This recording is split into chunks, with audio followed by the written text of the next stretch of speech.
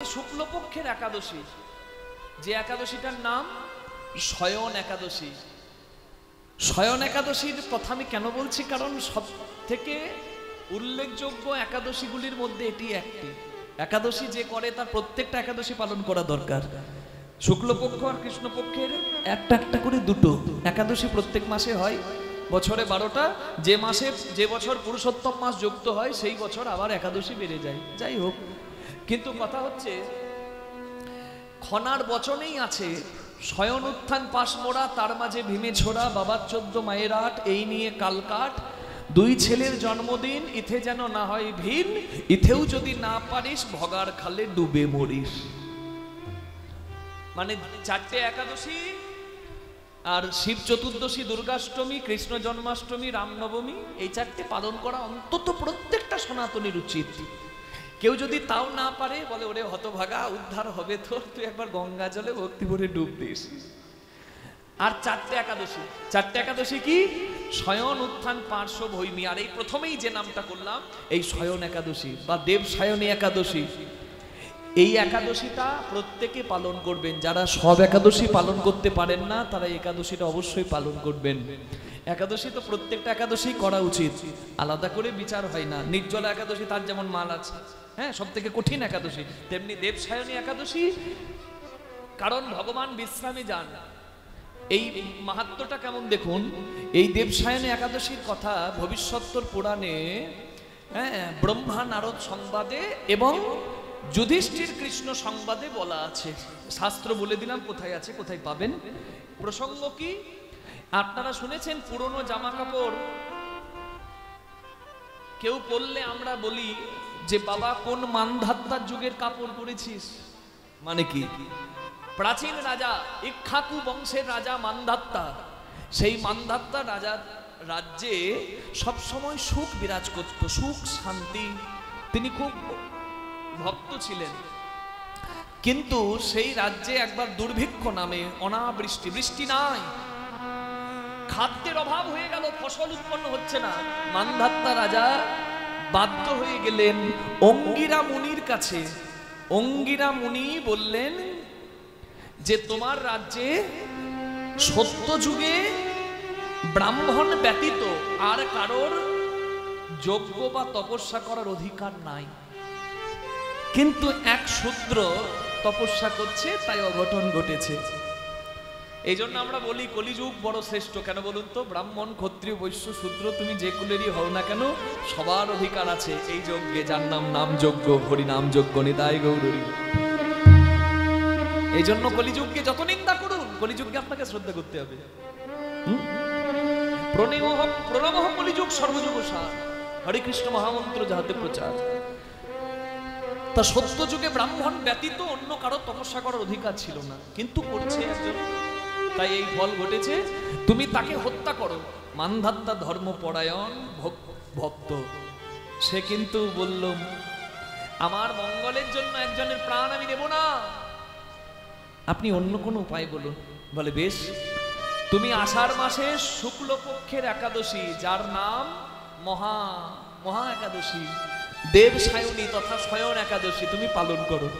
মানধাত্তা রাজা পালন করলেন, আর পালন করার ফলে কিভাবে পালন করতে হয় আপনারা জানেন।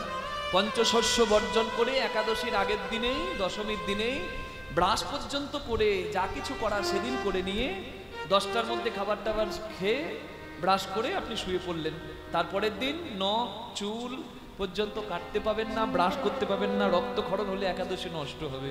পঞ্চশস্য বর্জন করে কেউ নির্জলা, কেউ ফলাহার, কেউ শাকাহার, কেউ দুধ সাবু, যে যেমন ভাবে পারবেন যত ত্যাগ করবেন তত কিন্তু কল্যাণ। একাদশী মানে সংযম, যার যতটা সম্ভব করবেন। নির্জলাতে তো অনেকে নির্জলা করে, অনেকে তো পারে না। যার যত কষ্ট, যত সংযমী হতে পারবেন তত কিন্তু ভগবানের প্রিয় হবেন। কি তাই দরকার আছে, জানি তাই।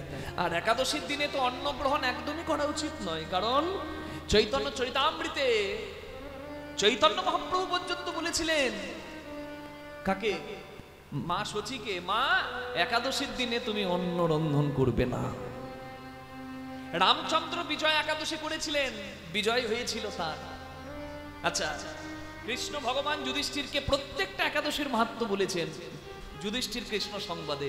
তাহলে আমাদের আরাধ্য ভগবান একাদশীর কথা বলে গেছেন, আর আমরা যদি পালন না করি তাহলে হরি বল, আমরা তো জ্ঞানন্দ হব নাকি? নিতাই গৌর হরি বল।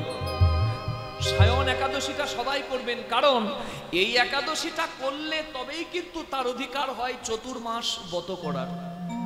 চতুর্মাস ব্রত মানে কি? এই 4 মাস, আষাঢ় মাসের শুক্লপক্ষের একাদশী থেকে কার্তিক মাসের শুক্লপক্ষের একাদশী, যার নাম হচ্ছে উত্থান একাদশী, এই পর্যন্ত।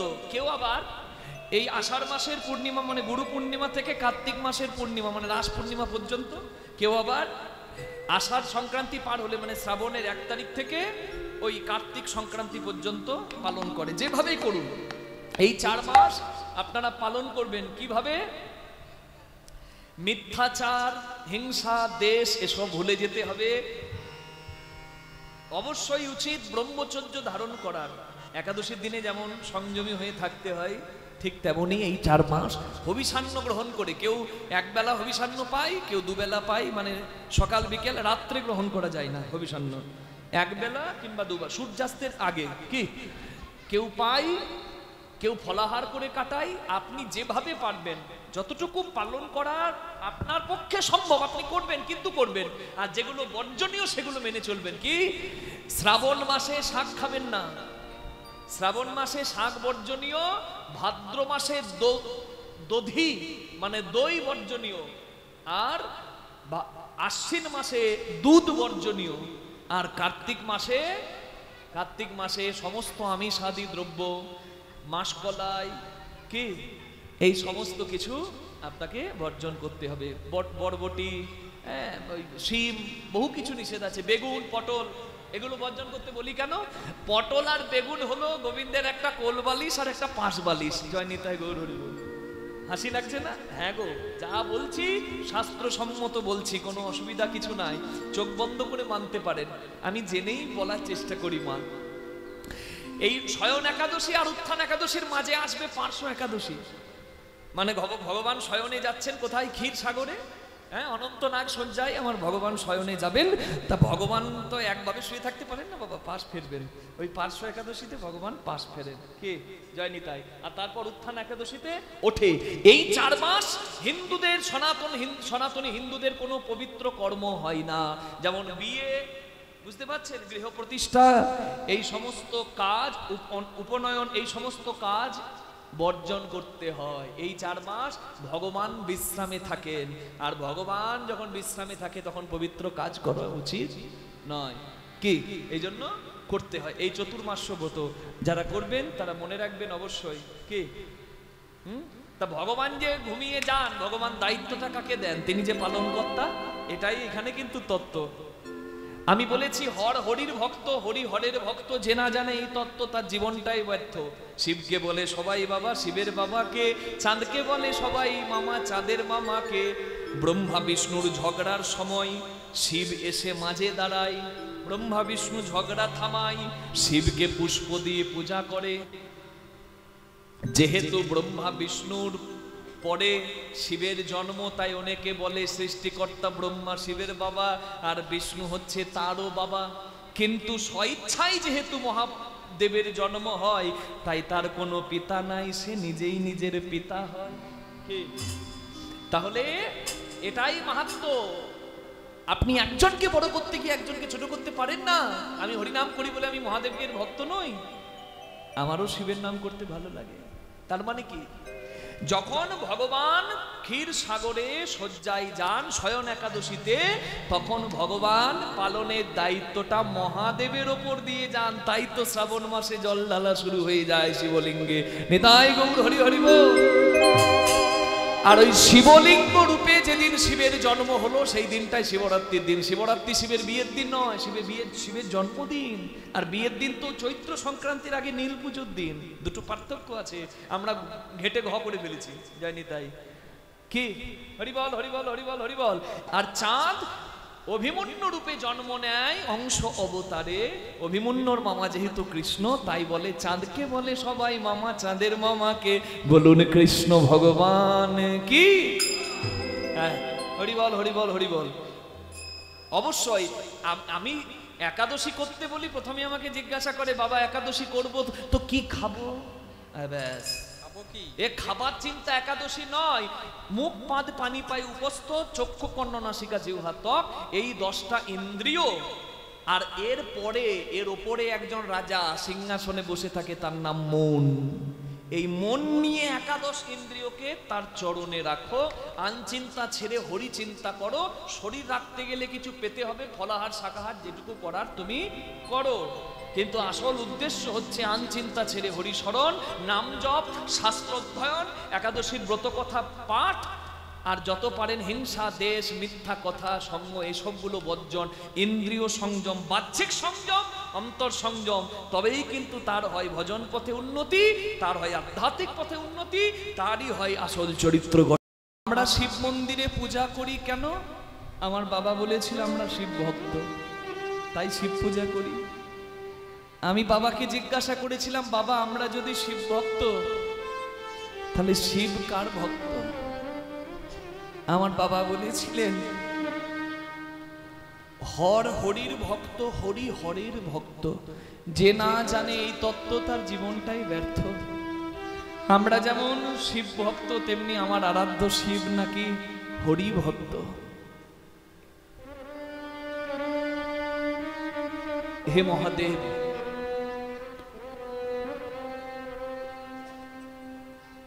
শুনেছি বৈষ্ণবের আশীর্বাদ না থাকলে কারোর হরিভজন সার্থক হয় না। আর তুমি তো বৈষ্ণব শ্রেষ্ঠ, বৈষ্ণবানাং যথা শম্ভু।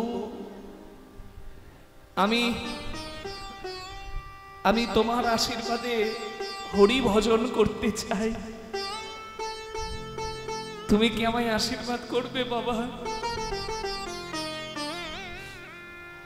সন্তানের মাথায় পিতার আশীর্বাদ থাকলে সন্তানের যাত্রা শুভ হয়। আমি হরি ভজনের পথে যাত্রা করতে চাই, তোমার আশীর্বাদ ছাড়া আমি ওই পথে যেতে পারবো না, তুমি আমায় আশীর্বাদ করবে না?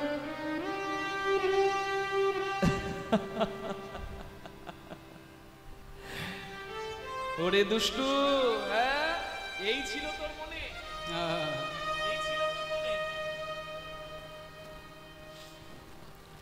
তুই হরি ভজন করবি, তাতে সব থেকে বেশি খুশি হব আমি। তার কারণ যদি কেউ শিব পূজা করে নারায়ণ খুশি হয়, আর কেউ যদি হরির নাম করে তাহলে তেমন ভাবে এই শিব খুশি হয়। শিব পুরাণে পরিষ্কার বলা আছে, মায়েরা খুব মন দিয়ে শুনবেন, যে বেল দিয়ে শিবের পূজা হয় সেই বেলের জন্ম হচ্ছে কিভাবে, শিব পুরাণের কথা। আস্তে, মা লক্ষ্মী নারায়ণের চরণ সেবা করছে, নারায়ণ বলছে লক্ষ্মী তুমি আমার খুব প্রিয়। বলে আমি প্রিয়? আর কে প্রিয়?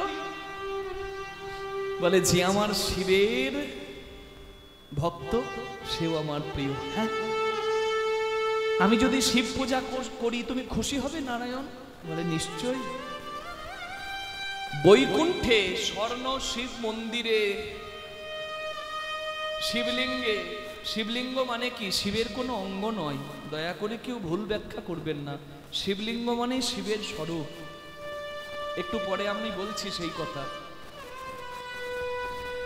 শিবলিঙ্গে প্রতিদিন 108টা পদ্ম ফুল দিয়ে শিব পূজা করে মা লক্ষ্মী, নারায়ণকে খুশি করার জন্য। চিন্তা করুন, একদিন মহাদেব লক্ষ্মীকে পরীক্ষা করতে 2টো পদ্ম লুকিয়ে নিল। মা লক্ষ্মী পূজায় বসে দেখলো 2টো পদ্ম নাই, পাবো কোথায়? আসন ছেড়ে যদি উঠে যায় শিবের অমর্যাদা হবে, তাই মা লক্ষ্মী শিব সেবায় নিজের 2টো শ্বেত পদ্ম অর্থাৎ স্তন পদ্ম বলিদান দিতে গেল। মা লক্ষ্মীর এই ত্যাগে সন্তুষ্ট হলেন মহাদেব, বললেন দেবী তুমি ধন্য, তোমার সেবা ধন্য, তুমি নারায়ণের অতি প্রিয় হবে, হরির অতি প্রিয় হবে, আমি আশীর্বাদ করি। আর তুমি আমাকে পদ্মের অভাবে স্তনপদ্ম দান করলে, তোমার অঙ্গের সদৃশ, মানে মা লক্ষ্মীকে বলা হয় শ্রী, শ্রী মানে লক্ষ্মী, আর মা লক্ষ্মীর স্তন ভাণ্ড, তার থেকেই জগতে জন্ম হবে স্ত্রীর অঙ্গের ফল শ্রীফল, যেটি দেখতে হবে লক্ষ্মীর স্তনের তুল্য, যেটি শ্রীফল মানে মিষ্টি বেল রূপে এই মহাদেবের সেবায় লাগবে। নিতাই গৌর প্রেমানন্দে হরিবল। নারায়ণ লক্ষ্মীকে দিয়ে শিব পূজা করালো, তাতে নারায়ণ সন্তুষ্ট হলো। তাহলে তুই যদি নারায়ণের নাম করিস, হরির নাম করিস, কৃষ্ণ নাম করিস, আমি কেন সন্তুষ্ট হব না বাবা? প্রাণ ভরে ডুবে যা হরি ভজনে। তবে শোন, গোপী গোবিন্দের মিলন করিয়ে দিয়েছিল মা যোগমায়া। তত্ত্বঘরের কৃষ্ণ তত্ত্বঘরের মালিক আমি, তবে ঢুকতে গেলে চাবি লাগে। দরজার চাবিটা আমার মালকিনের আঁচলে বাঁধা আছে। শিবের ঘরণী নাম কি তার? মা দুর্গা।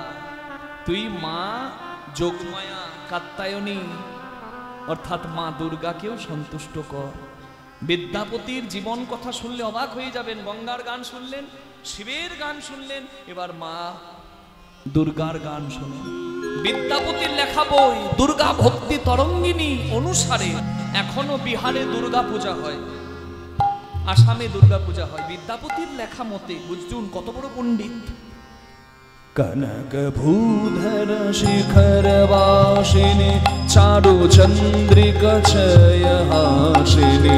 কনক ভূধর শিখর বাসিনী চারু চন্দ্রিকা ছয় হাসিনী। কনক ভূধর শিখর বাসিনী চারু চন্দ্রিকা ছয় হাসিনী। দশন কোটি বিকাশ বঙ্কি, দশন কোটি বিকাশ ভঙ্ক্রিমা তুলিত চন্দ্রকলে। কনক ভূধর শিখর বাসিনী চারু চন্দ্রিকা ছয় হাসিনী। কনক ভূধর শিখর বাসিনী চারু চন্দ্রিকা ছয় হাসিনী। আস্তে আমি বিদ্যাপতির পদ যটা পারবো এখানে করার চেষ্টা করব বাবা। পদাবলী শুনবেন। 3 ঘন্টা কীর্তনে যদি 3টে পদই না শোনা হয়, কীর্তন ঠিক কীর্তনের মতো হয় না বলে আমার মনে হয়। তাই আমি পদগুলো কিন্তু একটু শক্ত। শক্ত কেন? বাংলা ভাষায় নয়। বিদ্যাপতি হচ্ছে বিহারের মিথিলার কবি, বাংলার মতো কিন্তু বাংলা নয়, মৈথিলি কবি। কিন্তু আমি মানেগুলো বলে দিচ্ছি যাতে সবাই বোঝেন। বিদ্যাপতির এক একটা পদ ভগবানের গলায় পরানো এক একটা মালার মতো। যত শুনবেন তত সমৃদ্ধ হবে হৃদয়। আধার যদি সুন্দর না হয় বাবা, পাত্র যদি তৈরি না হয়, সেই পাত্রে কি কখনো জল ধরা যায়? যার গ্লাস যতটা, সে জল ধরতে পারে ততটা। আধারটাকে বাড়াতে হয় যেন আরো রসপুষ্টি, আরো রস ধরে রাখতে পারেন। তার জন্য শুনতে হয়। কনক ভূধর শিখর বাসিনী। কনক মানে সোনা, ভূধর মানে পর্বত, শিখর মানে চূড়া, বাসিনী মানে থাকে কে? আমার সোনার মা দুর্গা, যিনি যোগমায়া। চারু চন্দ্রিকা, হরিবল হরিবল। চারু চন্দ্রিকা ছয় হাসিনী, হরিবল হরিবল। চারু চন্দ্রিকা ছয় হাসিনী। মা যখন হাসে, মায়ের একটা দাঁত বেরিয়ে এলে মনে হয় যেন প্রতিপদের এক কণা চাঁদ আকাশে উঠেছে। কি সুন্দর বর্ণনা! শুধু কি তাই, সেই মা এত রূপের, এত দয়াময়ী, কিন্তু যখন অসুর দলনী ছেলে কুকুরের লেজে পা দিয়েছে, কুকুরটা ছেলেটাকে কামড়াতে যাচ্ছে, মা ছেলেকে বাঁচাতে তখন বটি হাতে থাকলে বটিটা নিয়ে দৌড়াবে না কুকুরের পেছনে? এটা তো মায়ের দোষ নয়, ছেলে বিপদ দেখেছে। নিতাই গৌর হরিবল। আমরা কামনা বাসনার অসুর গড়ি নিজের ভুলে, মায়ের অমন কোমল হাতে আমি খড়গ দি তুলে। মা তো মা, কিন্তু মা যখন জগৎ জগৎ রক্ষা করতি, তখন মায়ের রূপটা কেমন? অষ্টভৈরবী সঙ্গশালিনী, করো কপাল কদম্ব মালিনী। अष्टभैरवी संगशालिनी करो गोपाल कदम्बो मालिनी। আটটা রূপ, যেমন রাধারানীর আটটা সখী, তেমনি মা আট রূপে চণ্ডী গ্রন্থে বলা আছে। উগ্র চণ্ডা প্রচণ্ডা চণ্ডযোগ্যা চণ্ডে নায়িকা চণ্ডা চণ্ডবতী চৈব চণ্ড রূপা অতি চণ্ডিকা, এই আটটা রূপ। অষ্টভৈরবী সংগশালিনী করো কপাল কদম্ব মালিনী তনুজ শোণিত বিশীত বর্ধিত তারণ প্রবলে মা। সবাই একবার হাত জোড় করুন বিদ্যাপতির নামে। প্রণতি বিদ্যা প্রতিকৃত স্তুতি সকল পাপ কনা পরিচ্ছুতি দোষীতে শিব সিংহ ভূপতি কামনা ফল দে মা।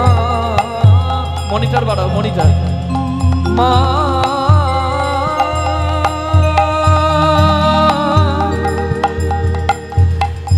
মা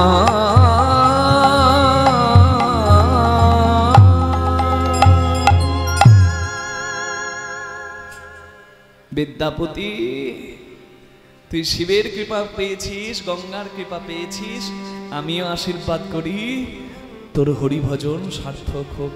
বাবা একটু বক্সটা থেকে একটু সরে যাবে, ওটাতে সাউন্ড আসছে তো। হ্যাঁ বক্সটা নয়, বক্সটা থাক। হ্যাঁ এই বাবা ঠাকুরকে বললাম একটু সরে বসতে। শিব দুর্গা দুজনের কৃপা পেয়ে বিদ্যাপতি হরি ভজনে ডুব দিল। বিদ্যাপতি প্রেম সে হরি ভজন করে। আমাদেরও যদি ছাদ থাকে মনে, আমি জোর করব না, যার ইচ্ছা হবে সে দুটো হাত তুলবে।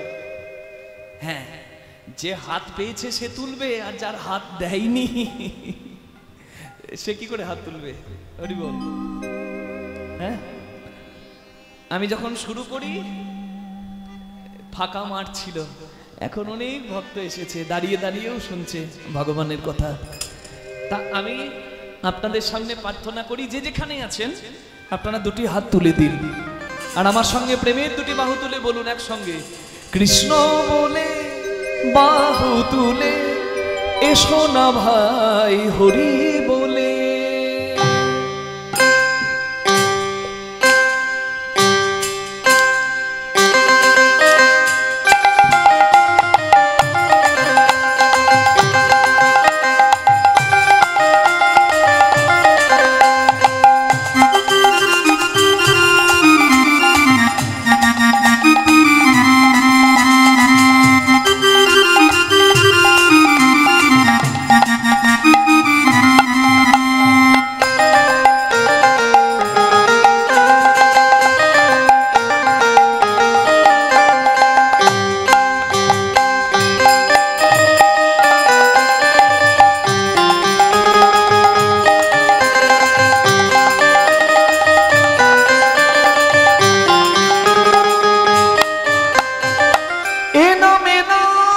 কোনো ভাবনা, এ নামে নাই কোনো চিন্তা, এই নামে নাই কোনো ভাবনা, আছে কি এই নামে নাই কোনো চিন্তা। বলছে যা যেভাবে জগতের ভাবনা, যে করে জগতের চিন্তা, তুমি সেই চিন্তামণির করো চিন্তা। তোমার আবার চিন্তা কি? এ নামে নাই কোনো ভাবনা, এ নামে নাই কোনো চিন্তা, এই নামে নাই কোনো ভাবনা, এই নামে নাই কোনো চিন্তা, এই নামে নাই কোনো ভাবনা, এই নামে নাই কোনো চিন্তা।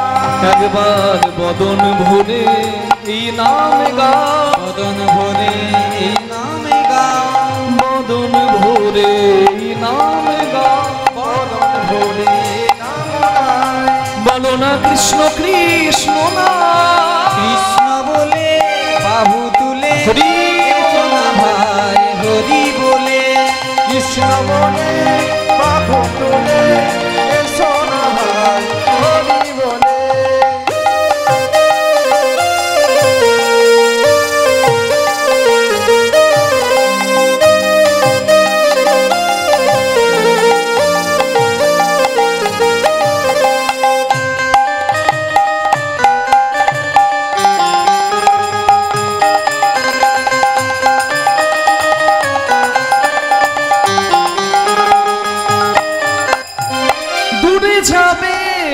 পাপ জ্বালা তোমরা নাও নামের মালা দূরে যাবে তিতা মেজালা তোমরা নাও নামের মালা কৃষ্ণ নামে হরি নামে কৃষ্ণ নামে হরি নামে বাহু তুলে সবে কৃষ্ণ বলে বাহু তুলে হরি এসো না ভাই হরি বলে একবার কৃষ্ণ বলে বাহু তুলে এসো না ভাই হরি বলে এসো না ভাই হরি বলে এসো না ভাই হরি বলে একবার হরি বলে হরি বলে একবার হরি বলে হরি বলে বলুন কৃষ্ণ ভগবান কি জয়। রাধা রানী কি ওদিকে হলো কি হ্যাঁ? এমন নামে ডুবেছে কীর্তনিয়া যা বলবে বলো প্রভু তোমার জয়। এই আপনাদের জয় দেওয়া দেখে সে বাংলা মাস্টারের বাংলা পড়ানো মনে পড়লো। এই বাংলা মাস্টার চশমা পড়ে তো একদিন চশমাটা পকেটে ভরা আছে বিনা চশমাতেই বই পড়াচ্ছে দেখে দেখে ভুল বলছে বলছে কপাল ভেসে যায় চোখের জলে একটা ছাত্র বলছে ও স্যার চশমা পড়ুন চোখের জল পড়লে কপাল কি করে ভিজবে ও তো উল্টো দিকে মাস্টার ভাবে তাই তো এবার চশমাটি পরে দেখছে সত্যি লেখা আছে কপল ভেসে যায় চোখের জলে কপল মানে গাল চোখের জলে কপল মানে গাল ভেসে যায় এটা ঠিক মাস্টার গাল না বলে কপল না বলে ফেলেছে কপাল যা হাই কপাল এখন মাস্টার ভাবছে মাস্টার যদি ভুল পড়ায় আর ছাত্ররা যদি এই কথা বাইরে জানায় আমার তো মান সম্মান সব শেষ হয়ে যাবে ওই জন্য ভুলটাকে এখানে ঠিক করতে হবে নাহলে উপায় নাই সম্মান বাঁচাতে গেলে মাস্টার বলছে মাঝখানে ডগ কাঠি করলি কে ফড়ং কাটলি কে রে কে বললি আমি ভুল বলেছি আমি বলি না কে বলেছে আমি বলি না কে? আমি বলি না কে বলেছে? পচা বলেছে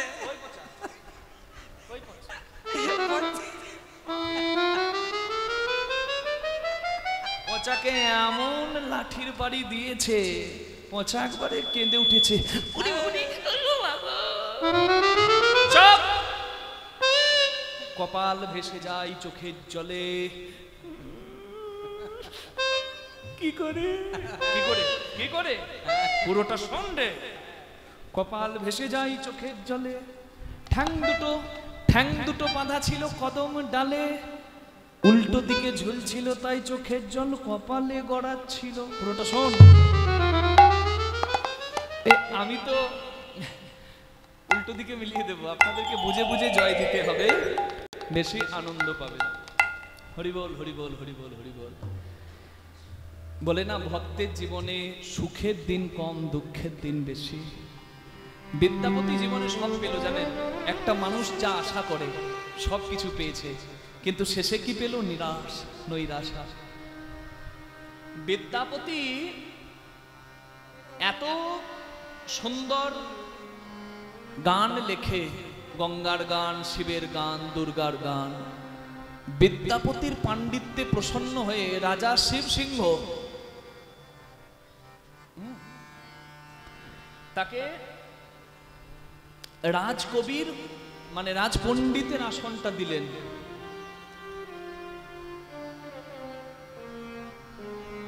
বিদ্যাপতি রাজপণ্ডিত হলো রাজকবি হলো সম্মানও পেল আর রাজার রাজকবি বাবা তার অর্থও সে পেল কিন্তু বলে না কপালের নাম গোপাল অভিনেতা মিঠুন চক্রবর্তীকে একজন জিজ্ঞাসা করেছিলেন আপনি যে এত সুন্দর জায়গায় আসতে পেরেছেন এর জন্য কাকে ধন্যবাদ দেবেন আপনার পরিবারের কেউ বা আপনার নিজের কোনো প্রতিভা কোনো ট্যালেন্ট মিঠুন চক্রবর্তী হাত দিয়ে বলেছিল এইটা সবকিছুর ওপরে এইটা কথা বললে বাবা এটা যদি কারো সঙ্গ দেয় সে বিন্দু জেনে সিন্ধু জয় করে নেবে জয় নিতাই এটা খুব দরকার কপাল বিদ্যাপতি জীবনে সব এলো, কিন্তু কেমন পোড়া কপাল দেখো। রাজার খুব প্রিয় বিদ্যাপতি, কিন্তু বিদ্যাপতির রূপে গুণে মুগ্ধ হয়ে, বিদ্যাপতির রূপে গুণে মুগ্ধ হয়ে ওই রাজ্যের শিবসিংহ রাজার রানী মানে লক্ষ্মীবাই বিদ্যাপতির প্রেমে পড়ে গেল। রানী প্রেমে পড়ে গেছে। বিদ্যাপতি পড়েছে খুব সংকটে, না পাচ্ছে বলতে, কাউকে কিছু বলতে, আর না পাচ্ছে রানীকে নিষেধ করতে, কারণ বিপদ। এক্ষুনি রানী ষড়যন্ত্র করে তাকে মৃত্যুদণ্ড দিয়ে দেবে। রানীর প্রেম নিবেদন না পাচ্ছে গ্রহণ করতে, না পাচ্ছে রানীকে নিষেধ করতে। বিদ্যাপতি ভাবছে, ও আমি অবিবাহিত বলে আমার উপর এত মোহ, বেশ আমি সংসার করিনি। বিদ্যাপতি ভেবেছিল সংসার করবে না, কিন্তু সে সংসার করতে বাধ্য হলো। কেন? সংসারী মানুষের দিকে মানুষের চোখটা একটু কম যায়। এই ওর সংসার আছে, ওর দিকে তাকাস না। কে? কিন্তু ওই তাড়াহুড়ো করে যদি কোনো কাজ হয়, ভালো হয় কি? তাড়াহুড়ো করে কাজ করলো কি? বিদ্যাপতির কপালে এমন গিন্নি জুটলো, বিদ্যাপতির কোকিল কণ্ঠ আর বিদ্যাপতির গিন্নির একবারে ফাটা বাঁশ। বিদ্যাপতি যদি ডাকে, কই গো গিন্নি, গিন্নি তখন এসে উত্তর দেয়, কি হয়েছে?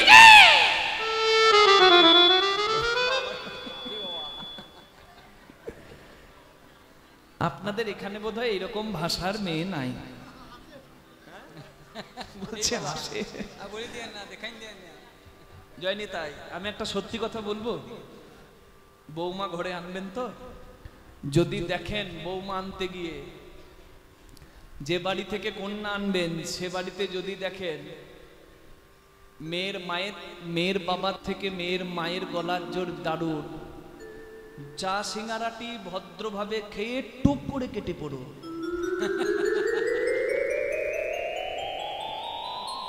আর না হলে জয়নি, মায়েদের রাগ। না না, পরিবারের সবাই কথা বলবে, কিন্তু আমার কথা নয়। সুখ অন্তে শিরনা গাভী, সুখের দিন শেষ, দুঃখের দিন আসবেন বুঝবে কি করে? বাড়ির গরু যদি রোগ ধরা হয়ে যায়। দুঃখ অন্তে পুত্র পণ্ডিত, সন্তান যদি জ্ঞানমান হয় পিতার দুঃখের দিন শেষ হয়।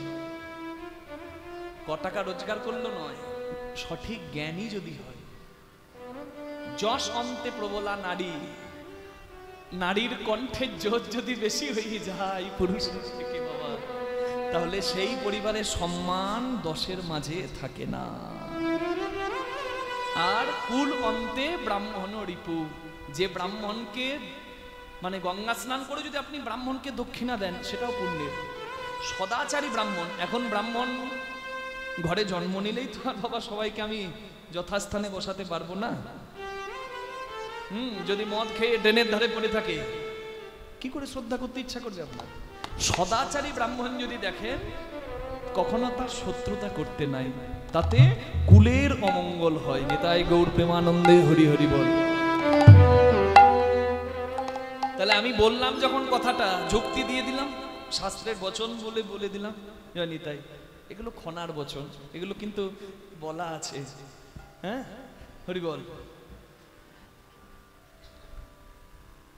বিদ্যাপতি কৃষ্ণ ভজন করে, চিন্তা করে আমার স্ত্রী বিরূপ, আমার কপাল মন্দ,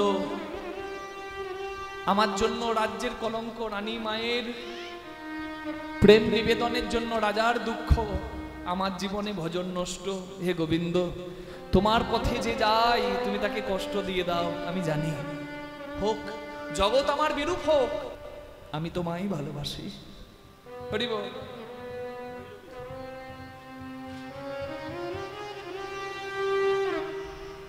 तातल सैकते, আমার মনে হয় পৃথিবীতে আমি যতগুলো গান গেয়েছি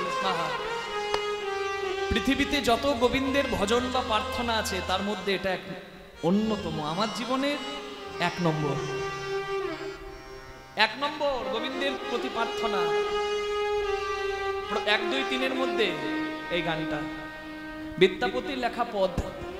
ভাষাটা একটু অন্য, কিন্তু আমি বলে দিচ্ছি মা, একবার শুনুন কি বলছে।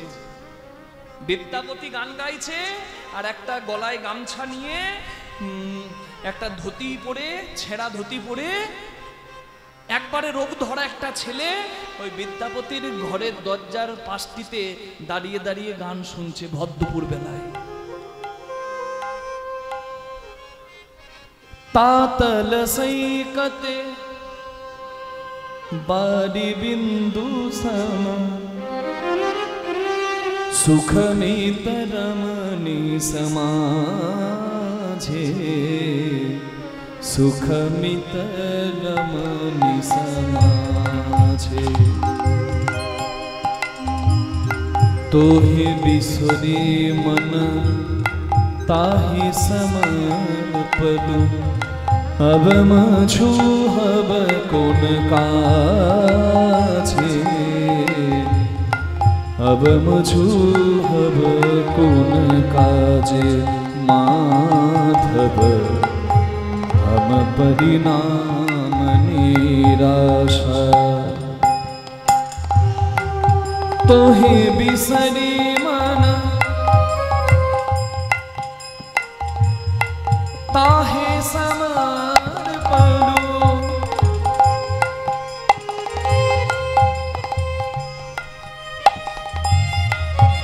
हम परिणाम निराशा हम परिणाम निराशा। হরি বল, একটা একটা করে গায়। তাতলা মানে তপ্ত, এই ভাবটা একটু কম করুন গানের মানে কথার সময়। তাতলা মানে তপ্ত, তাতলা সৈকতে বাড়ি বিন্দু সম। তপ্ত তপ্ত সমুদ্রের বালিতে যদি 1 ফোঁটা জল পড়ে, সেই জল কতক্ষণ থাকে জানি তাই গৌর হরি বল। এই রোদের তাপে নদীর বালি বা সমুদ্রের বালি একবারে তেতে আছে, 1 ফোঁটা আপনি জল দিলেন, জল থাকবে? হয় শুষে নেবে আর না হলে বাষ্প হয়ে যাবে। হরি বল। ঠিক তেমনি যেমন জল অস্থায়ী, আমার জীবন অস্থায়ী, আর সুত মিত রমণী সমাজে, এই যে যত আত্মীয়, সুত মানে পুত্র, মিত্র মানে বন্ধু, রমণী মানে নিজের স্ত্রী, এরা সবাই কিন্তু ক্ষণস্থায়ী, কেউ চিরস্থায়ী নয়। নিতাই গৌর হরি বল। তো হে বিসারি মন তাহে সমান পেলু। হে মাধব, তুমি সত্য, তুমি নিত্য, তুমি নিত্য, তোমাকে ছেড়ে আমি অনিত্যে মন মজালাম। আর পরিণামে কি পেলাম? হাম পরিণাম নিরাশা। পরিণামে পেলাম কি? দুঃখ। হরি বল। आध जन्म हम नीदे गोआइनो आध जन्म हम नीदे गोआइनो जरा शिशु कत काल भेला जरा शिशु कत काल भेला निधुबन रमणी रसरंग मातलु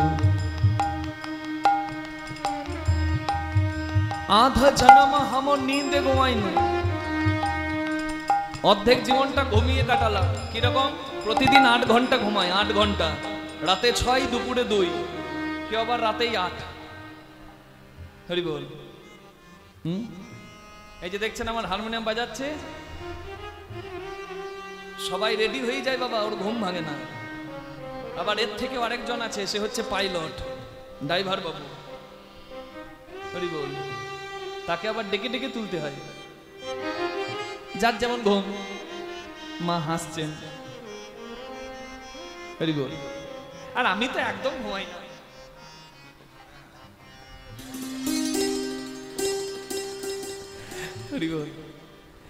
অর্ধেকটা জীবন ঘুমিয়ে কাটালাম, দিনে 8 ঘন্টা হলে 3 8 24, মানে 3 ভাগ জীবনের 1 ভাগ জীবন ঘুমাতে গেল।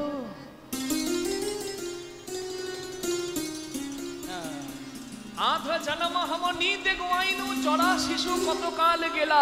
জরা মানে রোগ ধরেছিল শরীর, কতদিন গেছে? কিচ্ছু হয়নি, ভজন সাধন নাম জপ। শিশু, শিশুকালে মতি ছিল না, জ্ঞান ছিল না, সময় গেছে, তাই না? নিধুবনে রমণী রসরঙ্গে মাতলু, তো হু ভজব কোন বেলা। যখন যৌবন কাল এলো তখন কত রমণীর প্রেমে মন মজালাম, বিষকে অমৃত ভেবে খেলাম, আর এখন আমি হাতে গুনে দেখছি যা আমার জীবনে আর সময় নাই। নিধুবন রমণী রসরঙ্গে মাতলু, নিধুবন রমণী রসরঙ্গে মাতলো, তোহে ভজব কোন বেলা, তোহে ভজব কোন বেলা। কত চতুরানন মরি মরি যাवत, কত চতুরানন মরি মরি জানত, ना तुआ आदि अवसाना माधव, ना तुआ आदि अवसाना। कत चतुरानन, चतुरानन माने ब्रह्मा, ब्रह्मा सारा जीवन तुम्हार नाम करे गেল, হ্যাঁ? আদি অবসানা, তা তোমার আদি অন্ত খুঁজে পেল না। সত্য ত্রেতা দাপর কলি 4 যুগ মিলি এক দিব্য যুগ গণি, 71 দিব্য যুগে হয় এক মন্বন্তর। এইরকম 14টা মন্বন্তর ব্রহ্মার দিবস ভিতর, বুঝতে পারছেন? ব্রহ্মার একটা দিন, ব্রহ্মার একটা দিন মানুষের কত দিন পার হলে হয়? সত্য ত্রেতা দাপর কলি 4 যুগের আয়ু হচ্ছে 443,20,000, কলিযুগের আয়ু 4,32,000 বছর। সত্য ত্রেতা দাপর কলি 4 যুগের আয়ু 43,20,000 বছর। এরকম 71 বার দিব্য যুগ হলে এক মনুযুগ হয়, আর 14টা মনুযুগে একটা ব্রহ্মার দিন হয়, মানে 43,20,000 গুণ 71 গুণ 14, 429,40,80,000 বছর পার হলে তবে ব্রহ্মার একটা দিন হয়। চিন্তা করো, এইরকম কত শত ব্রহ্মা, কত চতুরানন মরি মরি যাবত, সারা জীবন খুঁজতে চাইলো, তোমার তত্ত্ব খুঁজে পেল, পাবে কি করে? সমস্ত কিছু তোমার থেকে উৎপত্তি আর তোমাতেই নিষ্পত্তি। না তোমা আদি অবসানা মাধব, না তোমা আদি অবসানা। তোহে জনমে পুনঃ তাহে সমাবতা, তোহে জনমে পুনঃ তাহে সমাবেদা। सागर लहरी समाना माधव, सागर लहरी समाना।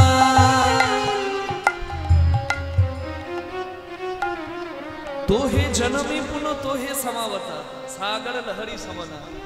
সমুদ্রের ঢেউ দেখেছেন? সমুদ্রের তীরে দাঁড়িয়ে আসতে, মায়েরা যারা চঞ্চল হয়ে যাচ্ছেন, রসগোল্লা কম বিক্রি হয়, ফুচকা বেশি বিক্রি হয়। যতই ফুচকা বিক্রি হোক, রসগোল্লার মান চিরদিন থাকবে। নিতাই গৌর হরি বল।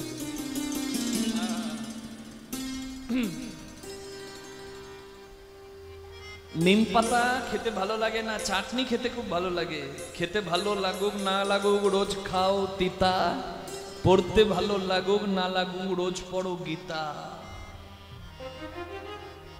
আর কীর্তন শুনতে গেলে, পেতে চাইলে পথ, শোনো গোবিন্দের নামের পদ, নিতাই গৌর হরি বল। আমি যে পদটা গাইছি বুঝুন, তো হে জনমে পুনো, তো হে সমাবতা সাগর লহরি সমানা। সাগরের পাশে বসে ঢেউ গুনবেন, দেখবেন ঢেউগুলো আসছে, আর ঢেউগুলো কি আসে না আবার ফিরে যায়? এলো আবার, সাগর থেকে তরঙ্গের সৃষ্টি, আবার তরঙ্গের সাগরেই নিষ্পত্তি। এই জগৎ সংসারের সমস্ত কিছুর উৎপত্তি যেখান থেকে আসে জীব, সেথায় যায় চলে। নিতাই গৌর হরি বল, হরি বল। ভনয়ে বিদ্যাপতি শেষ সমন भयो, ভনয়ে বিদ্যাপতি শেষ সময় ভয়। আমি তোমাকে এখন ডাকছি কেন? সমন ভয়ে। সমন মানে জম, জমের ভয়ে এখন তোমাকে ডাকছি। হরি বল। বাল্যকালে হরি ভজে, হরি পাবার আসে। যৌবনকালে হরি ভজে, হরি আসে কি না আসে। আর বৃদ্ধা বলাই হরি ভজে, জমের তোরা আসে। নিতাই গৌর হরি। ভনয়ে বিদ্যাপতি শেষ সমন भयो, ভনয়ে বিদ্যাপতি শেষ সময় ভয়। तुआ बिन गति नाही मोरा, মাধব তুয়া বিনা গতি নাহি মোর। তুমি ছাড়া, তোমার চরণ ছাড়া গতি নাই। तुआ बिन गति नाही मोरा, माधव তুয়া বিনা গতি নাহি মোরা।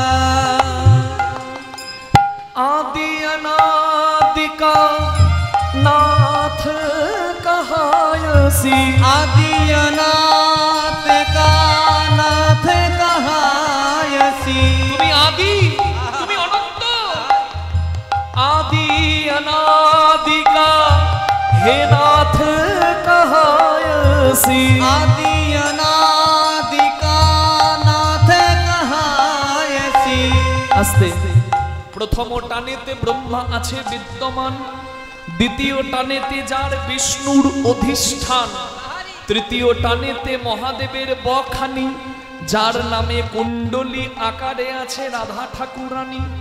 আত্মা শক্তি মহামায়া রিকার দুই টান, এই তো প্রথম অক্ষর কয়েরি হইল বাখান। চন্দ্র সূর্য বরুণ পবন হুতাশন, স্বর্গ মর্ত পাতালে জুড়িয়া ত্রিভুবন। এই সব ধ্যান যোগে জানিতে পারিয়া, কৃষ্ণ নাম রাখেন গর্গ ধ্যানেতে জানিয়া। সমস্ত কিছু তোমাতে বিদ্যমান। আদি অনাদি नाथ कहायसी, आदि अनादि अनाथ कहायसी। अब तारण भार तुम्हारा, अब तारण भार तुम्हारा, अब तारण हार तुम्हारा, अब तारण भार तुम्हारा। এই এই এই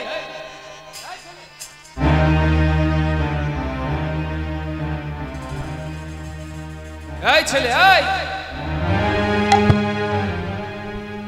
মায়েরা ক্যামেরাম্যানকে খুঁজছেন কেন? ওকে বলিনি, আমি ওইখানকার কথা বলছি। বিদ্যাপতি গান গাইছে, বিদ্যাপতি চোখে জল পড়ছে, আর বিদ্যাপতি দেখছে দরজার আড়ালে দাঁড়িয়ে একজন বিদ্যাপতির গান শুনছে। বদ্দুপুর বেলায় বিদ্যাপতি বলে, এই কে তুই? এই ছেলে, কি নাম তোর? কি নাম? হ্যাঁ কি নাম? কি না? উগনা। এই উগনা আবার কারোর নাম হয়? হ্যাঁ, তা যাক, নাম যাই হোক। আরে এই ভদ্রপুর বেলায় আমার ঘরের দরজায় দাঁড়িয়ে কেন? বলে বাবু, আমি অনাথ, মা নাই বাবা নাই, কখনো গাছের ছায়ায়, কখনো মন্দিরের বারান্দায় রাত কাটায়, যে যা দেয় তাই খায়, তাই পায়। গ্রামে গ্রামে ভিক্ষা করি।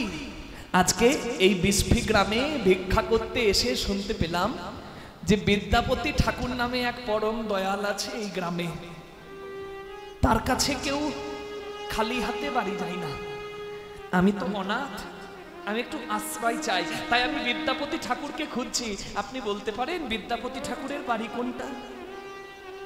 আসলে বিদ্যাপতি ঠাকুরের বাড়ি খুঁজতে গিয়ে আপনার কণ্ঠের গান শুনে আমি এখানে দাঁড়িয়ে গেলাম। কি সুন্দর গান করেন আপনি, আপনার গান যেন অমৃত।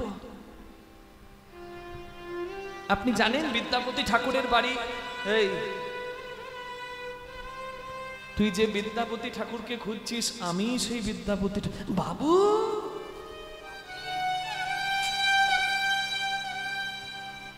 তুই কি চাস আমার কাছে? বাবু, আপনি তো খুব দয়াল, সবার উপর আপনার কৃপা। আমি আপনার ঘরে একটু থাকতে চাই। তোর পরিচয় জানি না, আমি তোকে ঘরে আশ্রয় দেব কি করে? না বাবু, আমি এমনি এমনি থাকবো না, আমার থাকার আশ্রয় নাই, তো আপনার বাড়িতে থাকবো, একটু দুমুঠো পাবো, তার জন্য আমি সব কাজ করে দেব। আমি চাকর হয়ে থাকবো, কাপড় কাচা, বাসন মাজা, ঘর পরিষ্কার করা, ঘর ঝাড় দেওয়া, থলি নিয়ে হাট করে দেওয়া, সব কাজ করব। বিদ্যাপতি চিন্তা করছে, আহা হে বিধাতা, তুমি তো আমায় সন্তান দাওনি, এই ছেলেটা আমার সন্তান তুল্য, ভদ্রপুর বেলায় মুখ শুকনো, মনে হয় কিছু খাবার জোটেনি, একে যদি আমি আশ্রয় দিই তুমি নিশ্চয়ই প্রসন্ন হবে। কিন্তু আমি যদি গিন্নিকে না বলে ঘরে থাকতে দিয়ে দিই, গিন্নি রাগ হবে, কারণ কপাল তোমার মন্দ। যা গিন্নি আমার বোম ফাটিয়ে দেবে। গিন্নিকে ডাকছে, ও মহামায়া, মহামায়া। এই দেখো এই ছেলেটা, এই ছেলেটা, এই ছেলেটা আমার বাড়িতে থাকবে বলছে, চাকর হয়ে সব কাজ করে দেবে, একবারটি এসো। আর মহামায়ার কাঁচা ঘুম ছিল, বুঝলেন, আর কাঁচা ঘুম যদি ভেঙে যায় কেমন জ্বলন লাগে বলুন তো। তারপর আবার মহামায়ার যা কণ্ঠ, ভূত পালাবে, সরষেতে ভূত থাকলে তাও পালাবে। মহামায়া এসে বলছে, সামনের 5 পাতা কাটে।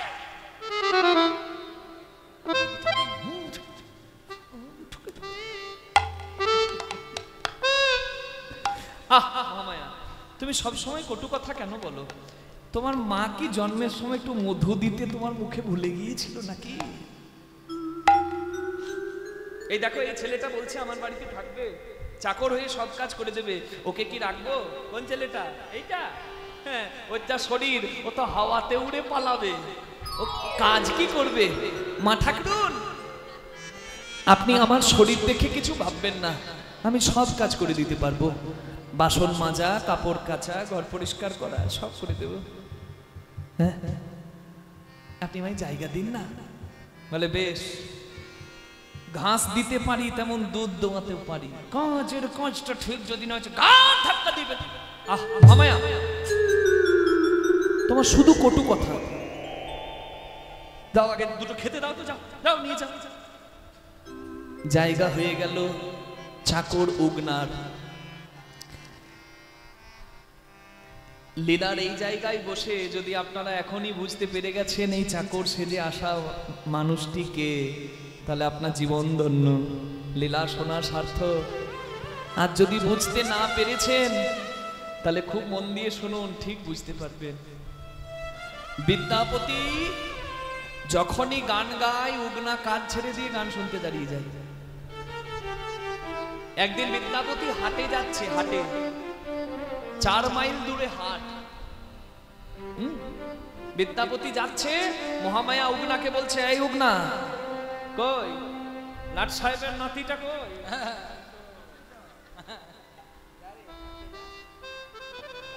থলিটি নিয়ে উগনাও যাচ্ছে বিদ্যাপতির সঙ্গে হাটে। 1 মাইল হেঁটেছে, এত গরম, জ্যৈষ্ঠ মাসের দুপুর বেলা। বিদ্যাপতি আর যেতে পারছে না, হাঁপাচ্ছে।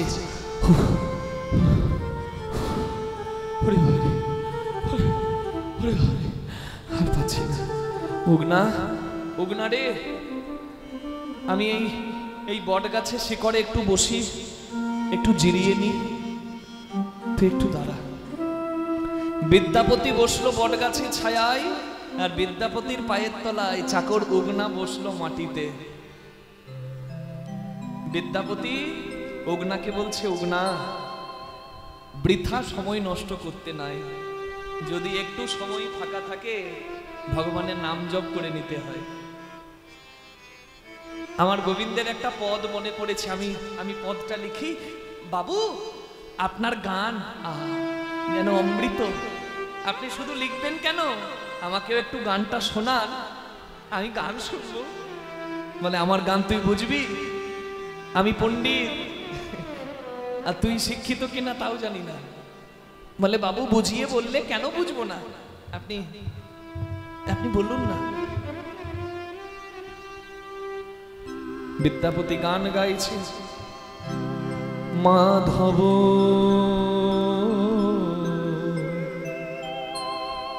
বহুত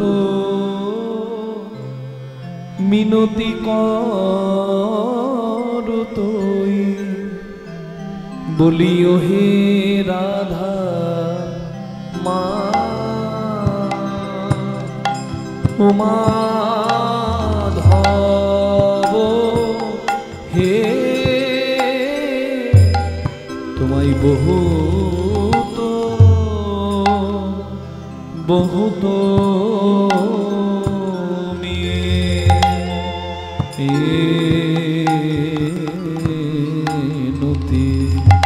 বহুত মিনতি করু তো হে, বলিও হে রাধা মা।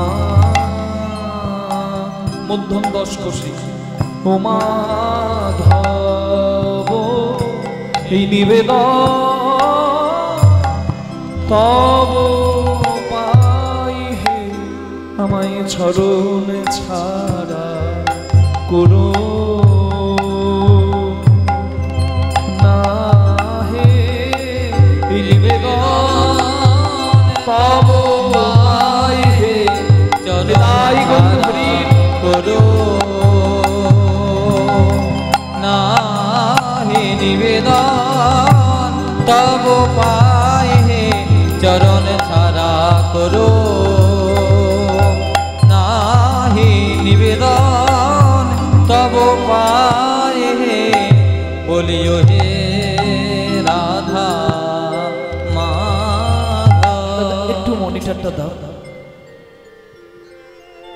ও বাবু,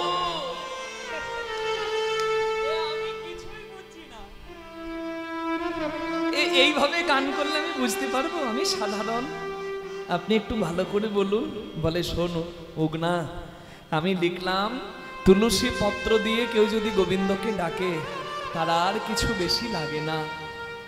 দেহি তুলসী তিল দেহ মন সমর্পণ, আমার দেহি তুলসী তিল দেহ মন সমর্পিন, এখন দয়া জানি না ছোড়বি মাধবে হে, দয়া জানি না ছোড়হিম, তুমি যেন আমায় দয়া ছেড়ো না হে,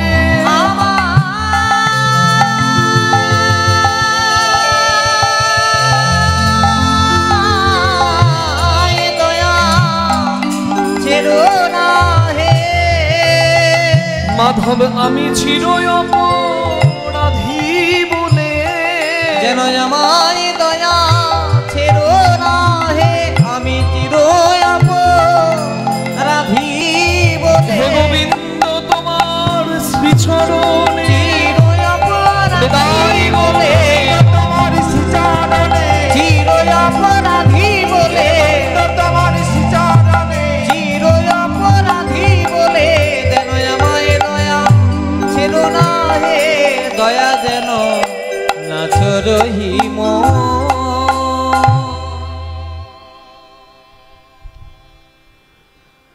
বাবু বলুক না বাবু, আমি বুঝতে পারছি আপনি কৃষ্ণ ভগবানের গান লিখছেন, গাইছেন, ভালো।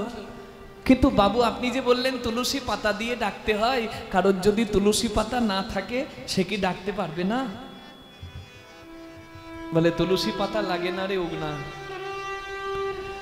যদি কেউ নিজের মনটাকেই তুলসী ভাবে, আর ভক্তিকে চন্দন ভাবে, আর চোখের জলকে গঙ্গা জলের মতো করে নিবেদন করে, তার বাইরের নৈবেদ্য লাগে না, ভেতরেই তো আছে সমস্ত কিছু।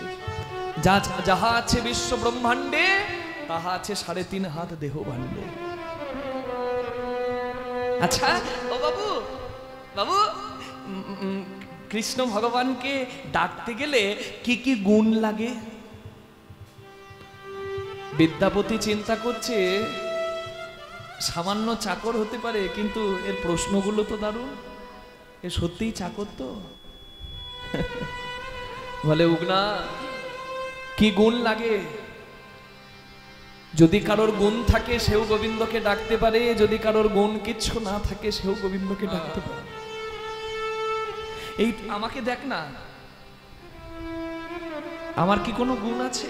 একটু ভালো গাইতে পারি, গান লিখতে পারি, ব্যাস, আর বাকি তো সব দোষ। তাহলে আমার জীবনে এত কষ্ট থাকে? আমার মতো নির্গুণ, আমার মতো দোষী যদি তাকে ডাকতে পারে, তাহলে আমার মনে হয় সবাই ডাকতে পারে। গণইতে দোষ গুণলে সোনা পাবি, আমার গণইতে দোষ গুণলে সোনা পাবি। আমার গণইতে দোষ, আমার গণইতে দোষ বলি গুণ তো কিছু পাবে না মাধব। গণইতে দোষ আমার গুণ তো কিছু পাবে না মাধব। শুধু রাশি রাশি দোষ পাবে তুমি যখন বিচার করে দেখবে, যখন বিচার করে দেখবে, যখন তো কিছু পাবে না মাধব। জব তুহু করবি বিচার, মাধব যাব তুহু করবি বিচার।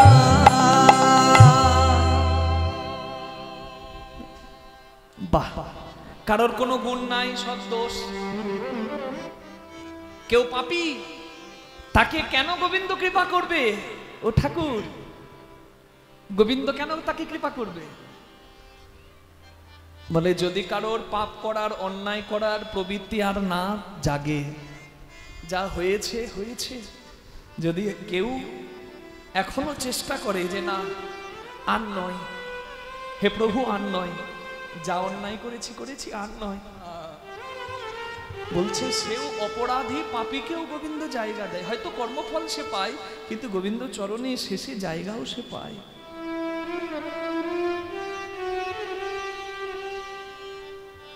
বিদ্যাপতি উগনাকে বলছে, উগনা রে,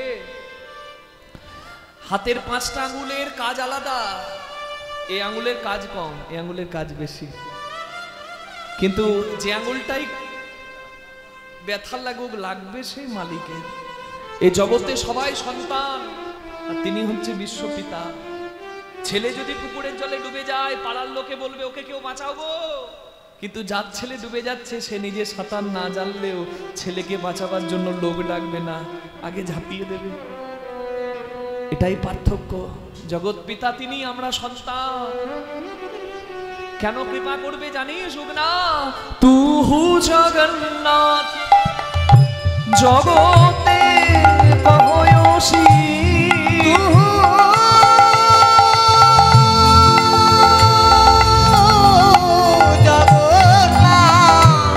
এই জগতে কহয়সি, তু হু জগন্নাথ আমি সেই ভরসায় তোমায় ডাকি। তুহু জগন্নাথ আমি সেই ভরসায় তোমায় ডাকি। মাধব তুমি হলে জগতের নাথ, সেই ভরসায় তোমায় ডাকি। তুমি হলে জগতের নাথ, আর আমি তোমার জগতে ছাড়া নই হে। নাই গো হই না, তুমি হলে জগতের নাথ, জগতে ছাড়া নাই হে। মাধবে তুহু জগন্নাথ জগতে কহয়সি, নানা জগবাহি নহি মুই ছা। মাধব জগবাহি নহি মই ছা।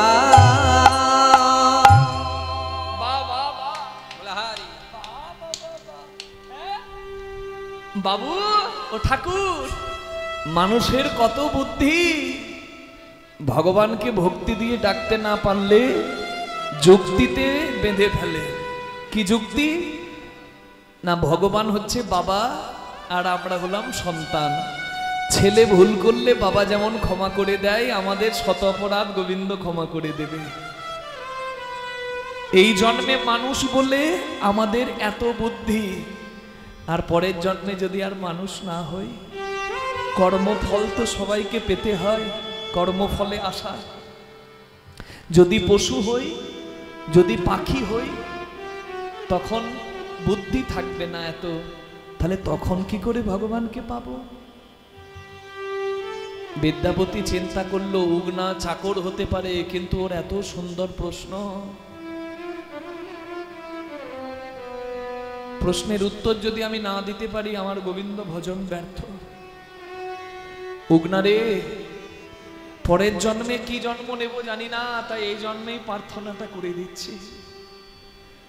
হে গোবিন্দ, এই জন্মে মানুষ করে জন্ম দিয়েছে, তাই হরি বলার বদন পেয়েছি। পরের জন্মে যদি এই বদন না পাই, যদি তুমি আমায় পশু করো, তুমি যেন আমায় ধেনু করে দিও। আমার দুগ্ধ দিয়ে তোমার সেবা হবে, আমার চামড়া দিয়ে তোমার সেবার মৃদঙ্গ হবে। যদি পশু না করে তুমি আমায় পাখি করো, তুমি যেন আমায় ময়ূর করে জনম, আমার পালক দিয়ে তোমার চূড়া হবে। আর যদি পাখি না করে তুমি আমায় কীট পতঙ্গ করো, যেন তুমি আমায় মধুমক্ষিকা করে দিও। ফুলে ফুলে ঘুরে ঘুরে আমি ছাকে তোমার জন্য মধু জমাবো, যে মধু পঞ্চামৃত রূপে তোমার সেবায় লাগবে। আর যদি জলে জন্ম হয়, তুমি যেন আমায় শঙ্খ করে দিও, তোমার আরতি কালে ভক্ত বদনে প্রাণ ভরে বাঁচব। আর যদি তুমি আমায় বৃক্ষলতা করো, তাহলে যেন আমায় তুলসী গাছ করে দিও। আমার পত্র মঞ্জুরি তোমার সেবাই লাগবে। আমার মৃত্যুর পর আমার অঙ্গ দিয়ে ভক্ত কণ্ঠী করবে। আমি যে কুলেই যাই না কেন,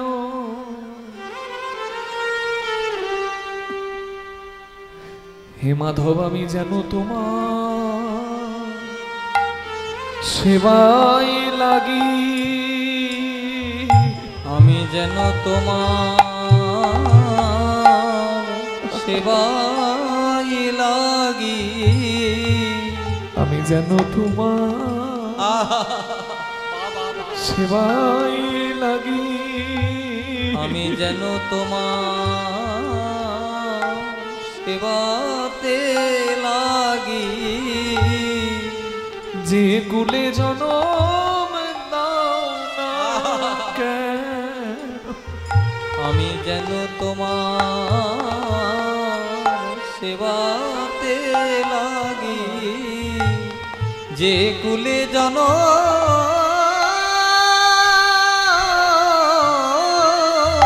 আরে না কেন যেন তোমার সেবাতে লাগি।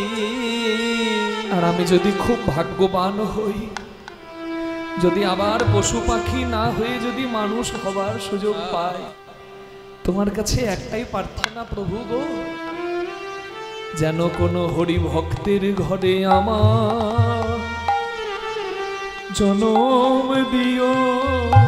হরি ভক্তের ঘরে আমার জনম দিও। কৃষ্ণ ভক্তের ঘরে জনম দিও। কৃষ্ণ ভক্তের ঘরে আমার জনম দিও। আমি মনের সাধে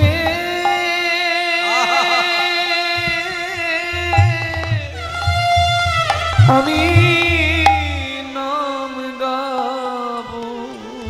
হরি ভক্তের ঘরে আমার জনম দিও। আমি মনের সাথে নিতাই গৌর হরি বল, হরি বল, হরি বল। আমি হরি নামে গাইব। ভক্তের ঘরে আমার জনম দিও। এটাই তো হরি নাম বাবা, আর মুখে কথা আসবে না। এত কথা ছিল উগনার মুখে, বিদ্যাপতি যখন কেঁদে কেঁদে এই প্রার্থনা করে দিয়েছে, উগনার আর মুখ খুলছে না। চাকর উগনা এত কাঁদছে, গামছা ভিজে গেছে, পরনের ধুতি ভিজে গেছে, যে জায়গায় উগনা বসেছিল মাটিতে সেই জায়গাটা ভিজে গেছে। বিদ্যাপতি মনে মনে ভাবছে,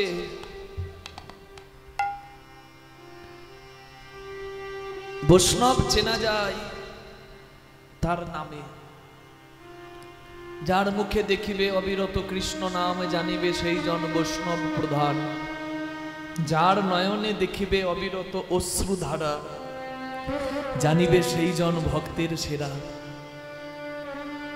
এত কাঁদছে, ও কি সাধারণ চাকর না কোনো পরম কৃষ্ণ ভক্ত? আমি পরীক্ষা করব। বিদ্যাপতি পদটা শেষ করলেন, কি মানুষ পশু পাখি কিয়ে জনমিয়ে, কি মানুষ পশু পাখি কিয়ে জনমিয়ে, অথবা কীট পতঙ্গ, ওহে মাধবে অথবা কীট পতঙ্গ, জানি করম বিপাক গতাগতি পুন পুন, করম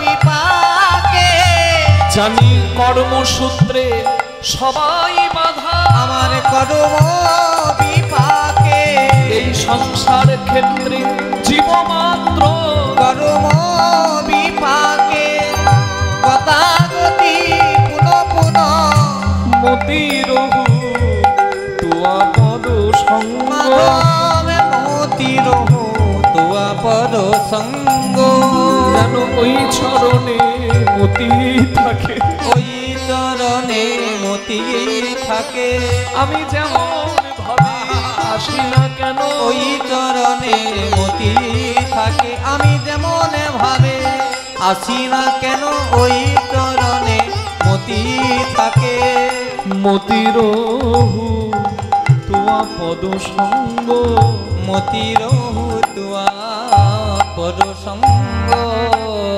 এই গান, এই পদ যিনি লিখেছেন সবাই প্রণাম করুন সেই বিদ্যাপতির নামে। হরি বল। ভনই বিদ্যাপতি অতিশয় কাতর, ভনয়ে বিদ্যাপতি প্রার্থনা অতিশয় কাতর, তরইতেই হো ভব সিন্ধু। কে ছাড়াবে? কে তোড়াবে? তুমি ছাড়া। তাই তুয়া পদ পল্লব করু অবলম্বন, তুয়া পদ পল্লব করু অবলম্বন, তুয়া পদ পল্লব করু অবলম্বন, তুয়া পদ পল্লব করু অবলম্বন। দিল আধো দেহ দিন বন্ধু, দিল আধো দেহ দিন বন্ধু। সবাই প্রার্থনা করুন। আমায় দান করো হে, আমায় দান করো হে, এক বিন্দু কৃপা দান করো হে, এক বিন্দু কৃপা দান করো হে। নানা ফুরাবে না হে, ফুরাবে না হে, তোমার ফুরাবে না হে, তোমার ফুরাবে না হে। এক বিন্দু দানে সিন্ধু ফুরাবে না হে। এক বিন্দু দানে সিন্ধু, বলি হে কৃষ্ণ করুণা সিন্ধু, বিন্দু দানে বলি সিন্ধু, হে কৃষ্ণ করুণা সিন্ধু, বিন্দু দানে সিন্ধু, করুণা সিন্ধু, বিন্দু দানে সিন্ধু, কৃষ্ণ করুণা এক সিন্ধু। বিন্দু দানে সিন্ধু ফুরাবে না হে।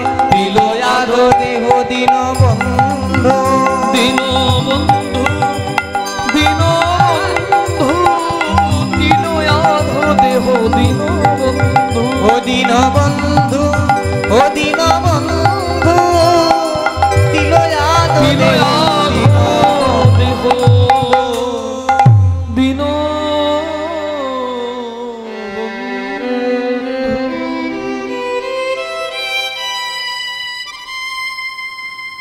বিদ্যাপতির গান শেষ হয়ে গেছে, কিন্তু চাকর উগনা মুখ খুলছে না, চোখ খুলছে না।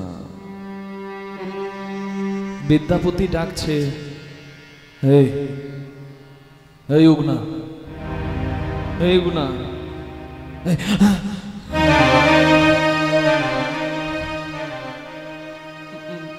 বাবু আপনার গান শেষ হয়ে গেছে, আপনি কি আমায় ডাকলেন? কি রে, আমি গানটা লিখলাম, আমি গানটায় সুর দিলাম, আমার যতটা না প্রেম জাগবে, আমার থেকে তোর বেশি প্রেম জেগেছে। এত কেউ কাঁদে, কাঁদতে কাঁদতে গামছা ধুতি ভিজিয়ে এমনকি মাটিটাকে ভিজিয়ে দিয়েছিস।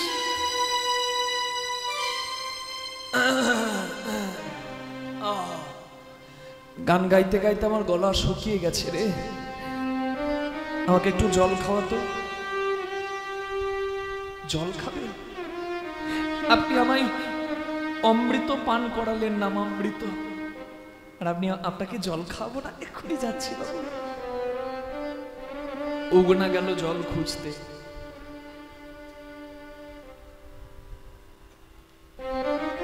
এদিক ওদিক উগনা জল খুঁজছে।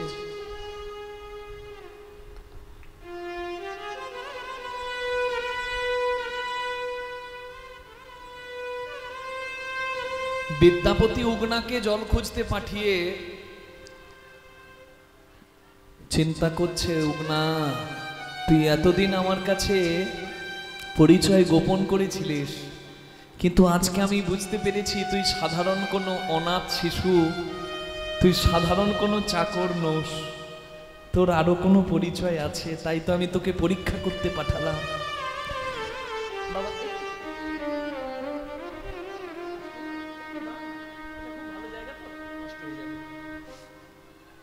একটু 5 মিনিটের পর এলো, 10 মিনিট, 5-10 মিনিট ব্যাস।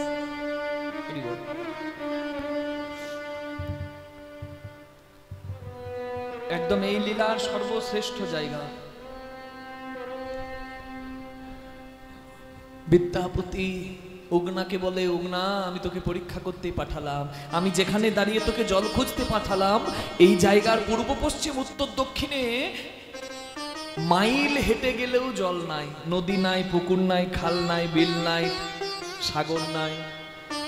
আমি তোকে জল আনতে পাঠিয়েছি, তুই যদি সাধারণ কেউ হোস তাহলে তুই জল আনতে পারবি না, কিন্তু সাধারণের মাঝে তুই যদি অসাধারণ কেউ হোস তাহলে আমি তোকে নামামৃত পান করিয়েছি, তুই আমার এই ঋণ শোধ করার জন্য নিশ্চয়ই আমাকে জল পান করাবি। দেখি তো তুই কি করিস। এদিক ওদিক জল খুঁজে উগনা জল না পেয়ে গাছের আড়াল থেকে বটপাতার ঠোঙাতে জল পরিপূর্ণ করে বিদ্যাপতির কাছে এনে বলে, বাবু আপনি আমায় জল আনতে পাঠিয়েছিলেন, এই নিন আপনি জল গ্রহণ করুন। দাঁড়াও না, তুই আমাকে জল এনে দিবি আর আমি জল খেয়ে নেবো, তুই ভাবলি কি করে? বাবু আমি ছোট জাত বলে বুঝি আমার হাতে জল খাবেন না? চুপ কর, জাতের দোহাই দিবি না। আমি যদি জাতপাত ভেদ করতাম তাহলে তোর জাত না জেনেই তোকে কি ঘরে আশ্রয় দিতাম? কৃষ্ণ ভক্তের আবার জাত হয় নাকি রে? একটাই তো পরিচয় হয়, কৃষ্ণ দাস। কি হবে কুলে যদি কেউ ডাকতে না পারে আকুল হয়ে, আকুলে ব্যাকুলে? আমি শুধু তোকে পরীক্ষা করতে পাঠিয়েছিলাম, আমি জানতাম আশেপাশে কোথাও জল নাই। তুই কি করে আমাকে জল এনে দিস দেখার জন্য? তুই জল এনে দিলি, সত্যি করে বল, এই গেলি আর এলি, জল তুই কোথায় পেলি? উগনা শত চেষ্টা করেও বিদ্যাপতিকে আর বোঝাতে পারলেন না। শেষে বাধ্য হয়ে বললেন, ওগো বিদ্যাপতি ঠাকুর, আমি পরিচয় গোপন করে এতদিন আপনার গৃহে ছিলাম, কিন্তু আজ বোধহয় আমার যাবার দিন হয়েছে। আমি এই জল যেখান থেকে সেখান থেকে আনি নাই, এই জল আমি আমার মাথা হতে এনেছি, আমার মাথা হতে এনেছি, আমার মাথা হতে এনেছি, মাথা হতে এনেছি।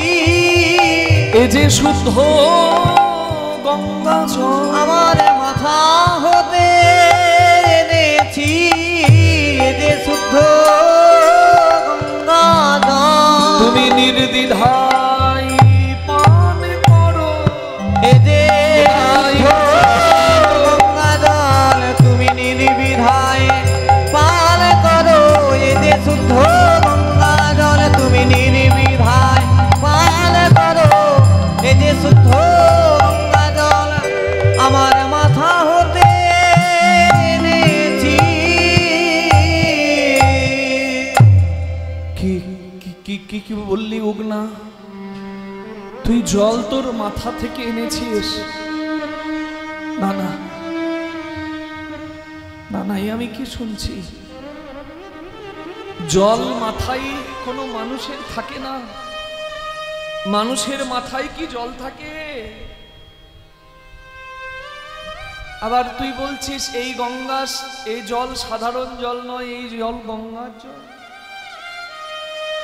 মাথায় করে গঙ্গা ধরতে পারে একমাত্র জটায় গঙ্গাধারী আমার মহাদেব। তাহলে আমার ঘরে তুই চাকর সেজেছিলিস, আমার উচ্ছিষ্ট বাসন পরিষ্কার করেছিস, আমার এঁঠো বাসন ধুয়েছিস, আমার ঘর ঝাড় দিয়েছিস, আমার বিছানার চাদর পরিষ্কার করেছিস, আমি স্নান করতে গেলে নিজের হাতে আমার পায়ে তেল মাখিয়েছিস, আমার ঘরে এসে চাকর পরিচয় নিয়ে আমার শত সেবা করলি। তুই কে বাবা? তুই কে উগনা? তুই কে? তবে উগনা দেখাইল আপন স্বরূপ, আপন স্বরূপ উগনা ধরিল তখন দেবাদিদেব মহাদেব, মহাদেবের রূপ।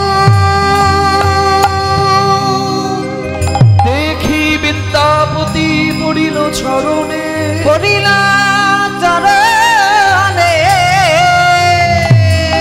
কি দেখি বলে